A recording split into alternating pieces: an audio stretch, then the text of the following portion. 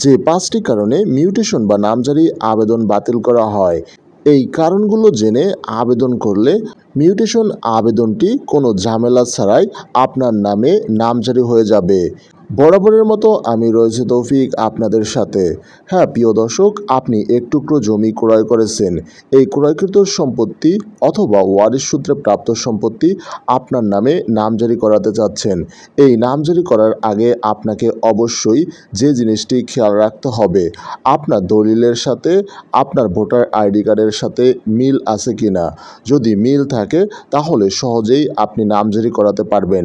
যদি voter ID কার্ডের সাথে দলিলের যদি মিল না থাকে তাহলে আপনাকে অবশ্যই দলিল অথবা ভোটার আইডি কার্ড সংশোধন করতে হবে। তা না হলে আপনি মিউটেশন বা নামজারি করাতে পারবেন না। এছাড়া আপনার যদি দাগের সাথে দলিলের কোনো সম্পর্ক না থাকে তাহলে আপনি মিউটেশন করাতে পারবেন না। এছাড়া দাগের সম্পত্তি চেয়ে দলিল বেশি দিলে আপনার নামে মিউটেশন বা নামজারি করাতে পারবেন না। এছাড়া মিউটেশন করার আগে আপনাকে অবশ্যই ভূমি উন্নয়ন কর দিতে হবে। এই ভূমি উন্নয়ন কর না দিলে উপজেলা ভূমি কর্মকর্তা আপনার আবেদনটি নামঞ্জুর করে দেবে। তাই মিউটেশন করার আগে এই সকল দিকগুলো ভালোভাবে খেয়াল করলে আপনি সহজেই নামজারি বা মিউটেশন করাতে পারবেন। আশা করি ভিডিওটি বুঝতে পারছেন। আসসালামু আলাইকুম।